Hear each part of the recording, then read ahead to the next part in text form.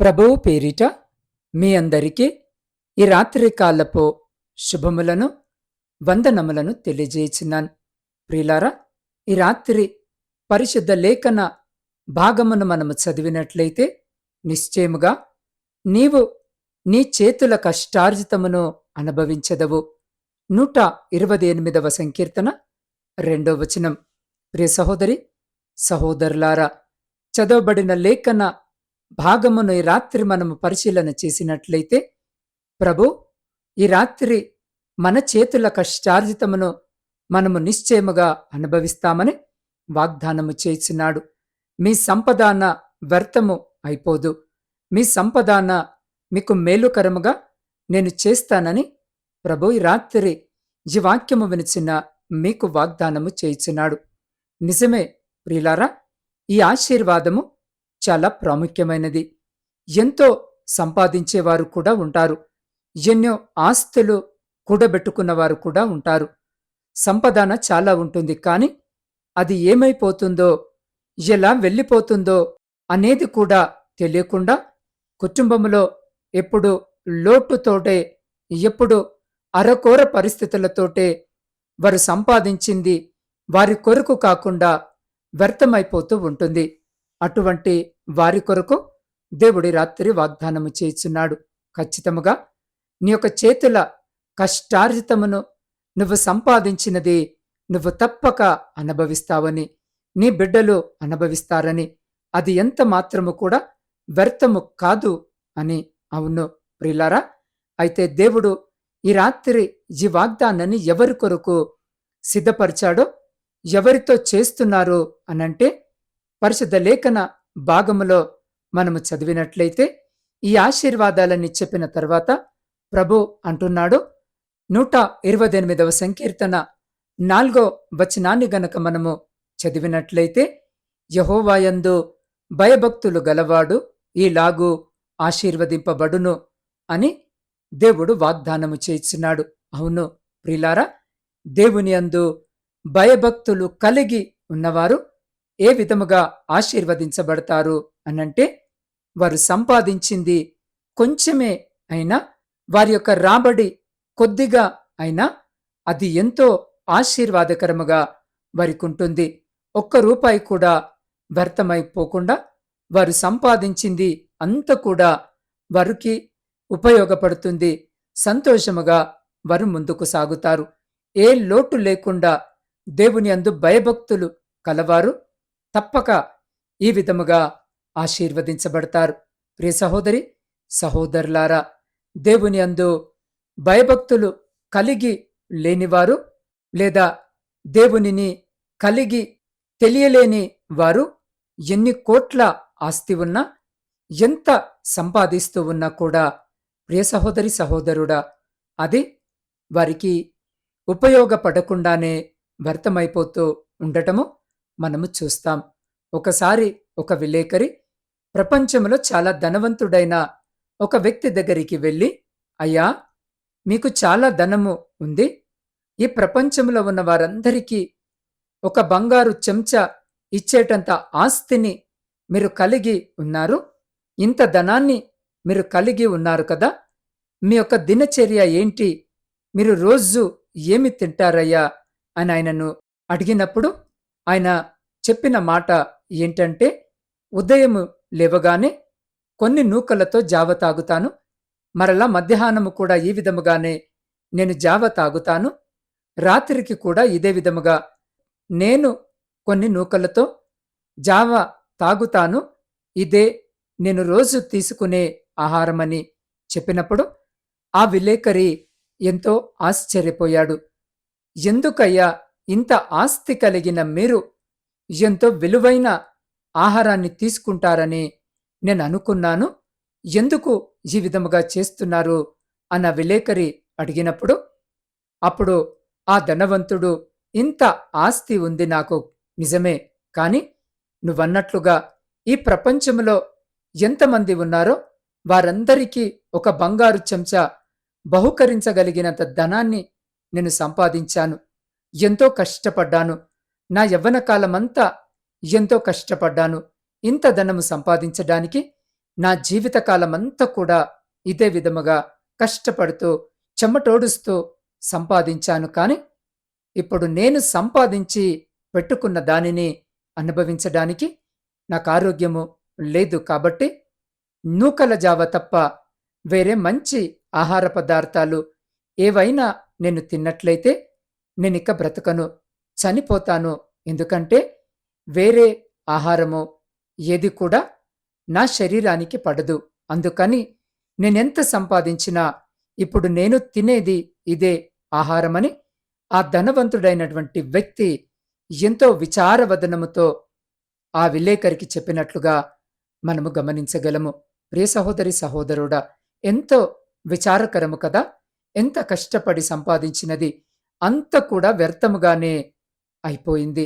దానివల్ల ఆయన సంతోషించడము లేదన్నది మనము తెలుసుకుంటున్నాం. అయితే దేవుని యందు భయభక్తులు కలవారికి దేవుడు తోడుగా ఉంటారు. నిజంగా వారొకవేళ సంపాదించిన వారికి ఎన్ని కోట్ల ఆస్తి ఉన్నా, ఎంత ధనవంతులైనా దానిని అనుభవించడానికి కూడా దేవుడు వారికి సహాయం చేస్తాడు. బైబిల్ గ్రంథములో అబ్రహాము ఎంతో ధనవంతుడు, కోటీశ్వరుడు. ఆ కాలంలో అబ్రహాము ఎంతో ధనవంతుడిగా పేరు సంపాదించాడు. చివరి వరకు కూడా అబ్రహాముకు దేవుడు తోడయున్నాడు. సంతోషముతో తన జీవితాన్ని అబ్రహాము ముగించినట్లుగా మనము గమనించగలము. అవును ప్రియ సహోదరి సహోదరుడా, దేవుని యందు భయభక్తులు కలిగి ఆయన త్రోవలయందు నడుచు వారందరినీ కూడా దేవుడు విడిచిపెట్టడు. వారికి తోడుగా ఉంటాడు. ఆయన వారు కష్టపడి సంపాదించిందంతా కూడా దాని ప్రతిఫలము పూర్తిగా వారి క్షేమకరమైన దీవెనకరమైన విషయాలకు ఉపయోగపడేటట్లుగా దేవుడు వారిని దీవిస్తాడు. ఎందుకంటే దినమంతా కష్టపడి నెలంతా కష్టపడి సంపాదించిన ధనము వడ్డీల పాలు, లేక వ్యసనాల పాలు, లేక మందుల పాలు, లేక మోసగాళ్ల పాలు, రోగాల పాలు, ప్రమాదాల పాలు కాకుండా దేవుడు వారి కష్టార్జితాన్ని ఆశీర్వదిస్తాడు. అంతేకాకుండా ప్రియ సహోదరి సహోదరుడా, శారీరక, మానసిక, ఆత్మీయ వనరులు, బలము, జ్ఞానము, తెలివితేటలు, శక్తి, సామర్థ్యాలు అవన్నీ కూడా దుష్టుల పాలు కాకుండా, దుర్మార్గుల పాలు కాకుండా, లేక మట్టి పాలు కాకుండా అవన్నీ కూడా వారికే ఉపయోగపడేటట్లుగా దేవుడు వారిని ఆశీర్వదిస్తాడు. ప్రియ సహోదరి సహోదరుడా, కుటుంబమంతా భోజనపు బల్ల చుట్టూ చేరి అరకోర ఆహారముతో జీవితములో తీరని అవసరాలతో, అసంపూర్ణమైన ఆరోగ్యాలతో అసంతృప్తిగా ఉండటము, ఎంత సంపాదించినా మన క్షేమకర జీవితము కొరకు కొంచెమే వాడుకోగలగడము అనేది ఎంతో బాధకరమైన విషయం.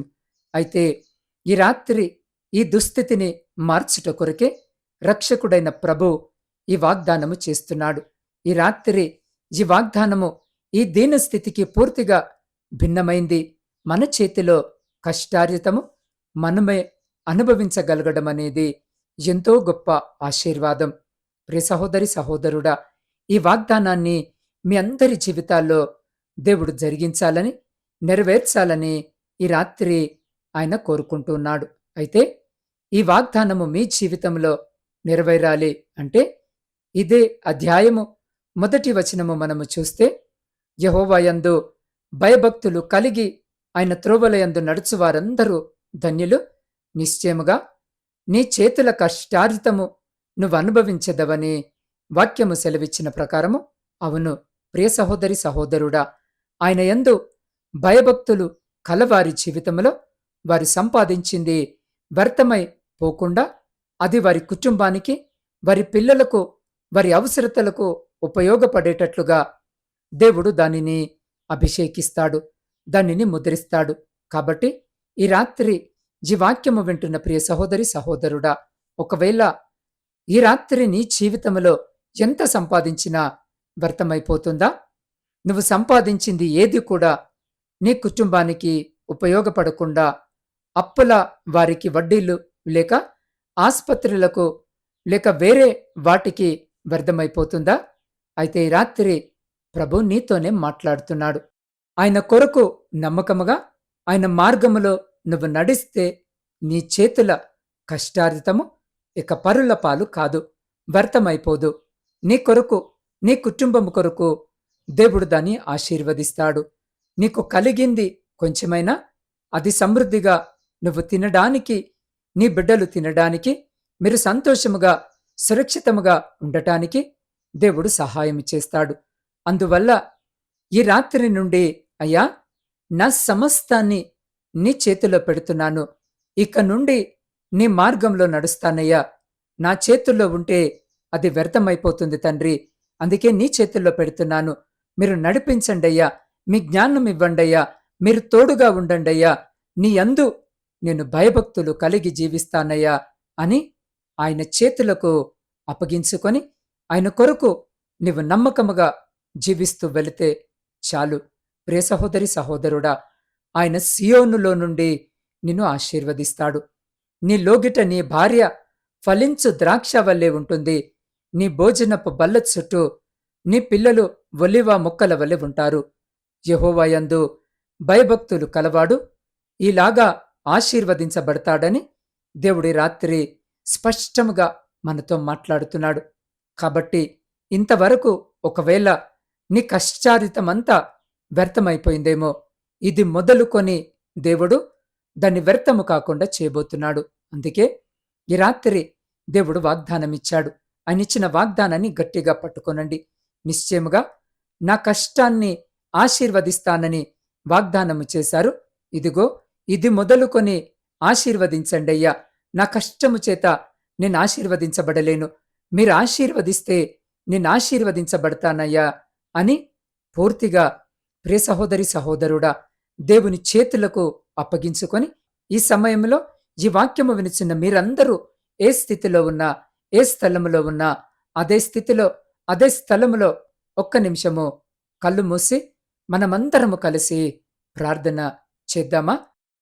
పరిశుద్ధుడా, ప్రేమ నమ్మకము కలిగిన మా ప్రియ పరలోకపు పరమ తండ్రి, మీ శ్రేష్టమైన ఉన్నతమైన నామాన్ని బట్టి స్తుతులు స్తోత్రాలు వందనాలను చెల్లించుకొనిచున్నాం. దేవా, ఈ రాత్రి మీరు మాకు సహాయకుడుగా ఉండి ఈ రాత్రి మీ వాగ్దాన వచనము ద్వారా మీరు నాతో మాతో మాట్లాడిన విధానానికే మీకే స్తుతులు స్తోత్రాలు వందనాలను చెల్లించుకొనిచున్నాం. అయ్యా, నీ చేతుల కష్టారితమును నువ్వు అనుభవిస్తావు, వ్యర్థమైపోదు, ఇక నుండి అది వ్యర్థమైపోదని సెలవిచ్చారు. తండ్రి, ఎంతమంది ఈ రాత్రి ఈ వాగ్దాన్ని నమ్ముతున్నారో, గట్టిగా పట్టుకొని ప్రార్థిస్తున్నారో, ప్రతి ఒక్కరి జీవితంలో ఈ వాగ్దానము నెరవేర్చమని వేడుకొనుచున్నాం. దేవా, మీ ప్రేమ అద్వితీయమైనది, అమోఘమైనది, ఊహించలేనివి మీ కార్యాలు, ఆశ్చర్యములు తండ్రి. దేవా, ఈ భయంకరమైన మరణకరమైన దినములలో ఇంకను మీ ప్రేమను గుర్తెరిగి నిరీక్షణ లేక అవిశ్వాసములో పడిపోయి మా చుట్టూ ఉన్న పరిస్థితులకు భయపడిపోతూ నామకార్థపు క్రైస్తవుల వలె ఉంటున్నాము నాయన. ప్రతి ఒక్కరిని జ్ఞాపకము చేసుకోండి తండ్రి. అయ్యా దేవ, ఈ రాత్రి ప్రత్యేకముగా ఎంతమందికి రక్షణ లేదో వారందరికీ రక్షణ దయచేయండి తండ్రి. అయ్యా, మిమ్మల్ని గుర్తెరిగి మీ పాద సన్నిధిలో చేరి పశ్చాత్తాప హృదయము కలిగి కన్నీటితో వారి పాపములు మీ ఎదుట ఒప్పుకొని పశ్చాత్తాపము కలిగి జీవించులాగున వారికి పాప క్షమాపణ దయచేసి వారి జీవితాల్లో కార్యాలు చేయమని వేడుకొనుచున్నాం తండ్రి. రాత్రికాల సమయంలో ఒంటరితనముతో పండుకొనుచు దురాత్మశక్తులచే పీడింపబడుతూ మరణకరమైన దినములలో ఉన్నారో వారినొక్కసారి దర్శించి వారి జీవితాల్లో గొప్ప కార్యాలను చేయమని వేడుకొనుచున్నాం. అయ్యా, మీరు చేస్తున్న అద్భుతాలను బట్టి మీకు లెక్కలేనని స్తుతులు స్తోత్రములు తండ్రి. మా జీవితాల్లో ఉన్న కీడు, శాప, పాపాలు, కష్ట నష్టాలు, బాధలు, నిందలు, అవమానాలు, ఆర్థిక ఇబ్బందులు, ప్రతి సమస్యల నుండి ఈ క్షణము బలమైన శక్తి కలిగిన మీ నామములో మాకు విడుదల దయచేయము. అయ్యా, మా జీవితాల్లో నూతన కార్యాలు చేయండి తండ్రి. దేవ, గడిచిన మా జీవిత కాలమంతా మీ చిత్తానికి వ్యతిరేకముగా జీవించి ఉన్నాము తండ్రి. మీ చిత్తమునకు వ్యతిరేకముగా చేసేది ఏది వర్ధిల్లదని పరలోకపు తండ్రిని ఎదిరించి మా సొంత మార్గాల్లో నడిచినప్పుడు మేము ఆశీర్వదించబడమని గ్రహించుకొనుటకు ప్రతి ఒక్కరికి రాత్రి సహాయం చేయమని వేడుకొనుచున్నాం. దేవా, ఈ రాత్రికాల సమయంలో ప్రయాణాలు చేస్తున్న ప్రతి బిడ్డ ప్రయాణమును మీరు జ్ఞాపకము చేసుకోమని వేడుకొనుచున్నాం. క్షేమకరమైన ప్రయాణము దయచేయమని వేడుకొనుచున్నాం. దేవ, వ్యవసాయదారులను జ్ఞాపకము చేసుకోండి.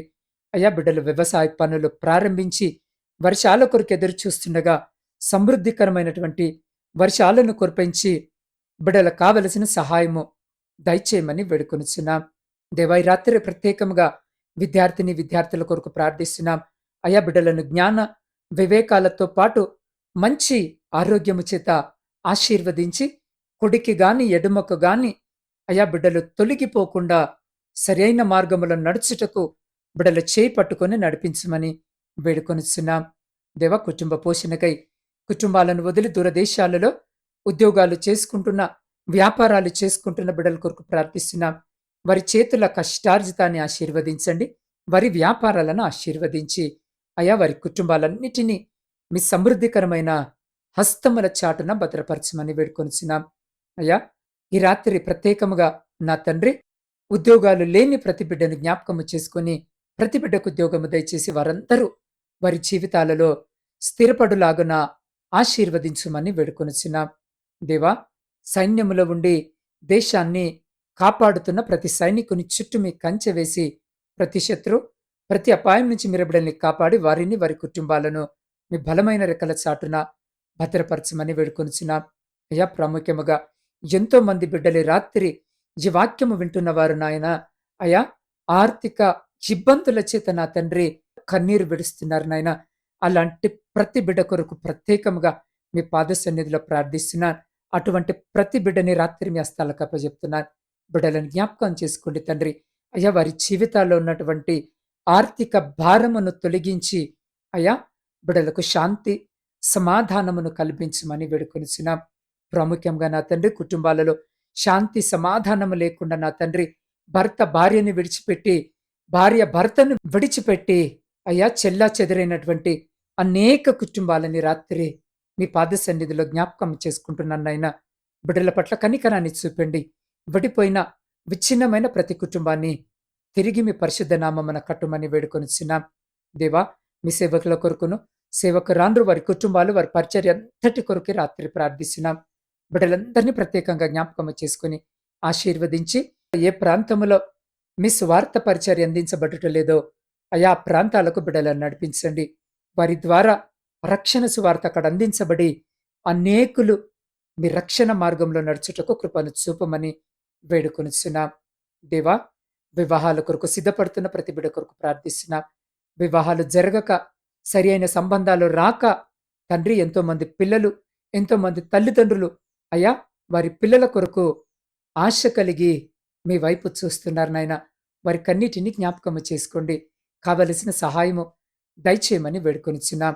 సొంత గృహాల కొరకు ఆశ కలిగి మీ వైపు చూస్తున్న ప్రతి బిడ్డ కోరికను తీర్చమని వేడుకొనిచున్నాం. ప్రపంచంలో శాంతి సమాధానాలను కలిగించమని వేడుకొనిచున్నాం. దేవ, ప్రత్యేకంగా ఈ రాత్రి నా ఆత్మీయ కుటుంబ సభ్యులందరి కొరకును ప్రార్థిస్తున్నాను. ప్రతి బిడ్డను మీ పరిశుద్ధ హస్తాలకు అప్పజెప్తున్నాను. ప్రతి బిడ్డను పేరు పేరు వరుసన ఆశీర్వదించండి. అయ్యా, ఆశ కలిగి, నిరీక్షణ కలిగి మీ వైపు చూస్తూ వారి ప్రార్థన మనవులను తెలియజేస్తున్నారు. అటువంటి ప్రతి ప్రార్థన విజ్ఞాపన మీ పరిశుద్ధ పాదాల చెంత పెడుతున్నాను. ఆలకించండి, అంగీకరించండి. వారి ప్రతి ప్రార్థనకు మీరు జవాబును దయచేయమని వేడుకొనిచున్నాం. దేవాయి, గాఢంధకారమైన చీకటిలో మేము నిద్రించినగా మా గృహాల చుట్టూను, మాత్మీయుల గృహాల చుట్టూను, మా ఇరుగు పొరుగు వారి గృహాల చుట్టూను మీ అగ్ని కంచె వేసి ప్రతి బిడ్డను మీ దేవదూతల రెక్కల చాటున భద్రపరిచి ప్రతి అంధకార సంబంధమైన శక్తులన్నిటి నుండి మీరే సంరక్షించి కాపాడి, మీ చిత్తమైతే, మీ రాకడ ఆలస్యమైతే ఎన్నికలేని మమ్మలను మరొక శ్రేష్టమైన నూతన దినములోనికి ప్రవేశపెట్టుమని మా రక్షకుడును మీ ప్రియకుమారుడైన యేసు క్రీస్తు సర్వసమృద్ధి కలిగిన నామమున ప్రార్థించి స్తుతించి అడిగి పొందుకొని ఉన్నాము తండ్రి. ఆమెన్.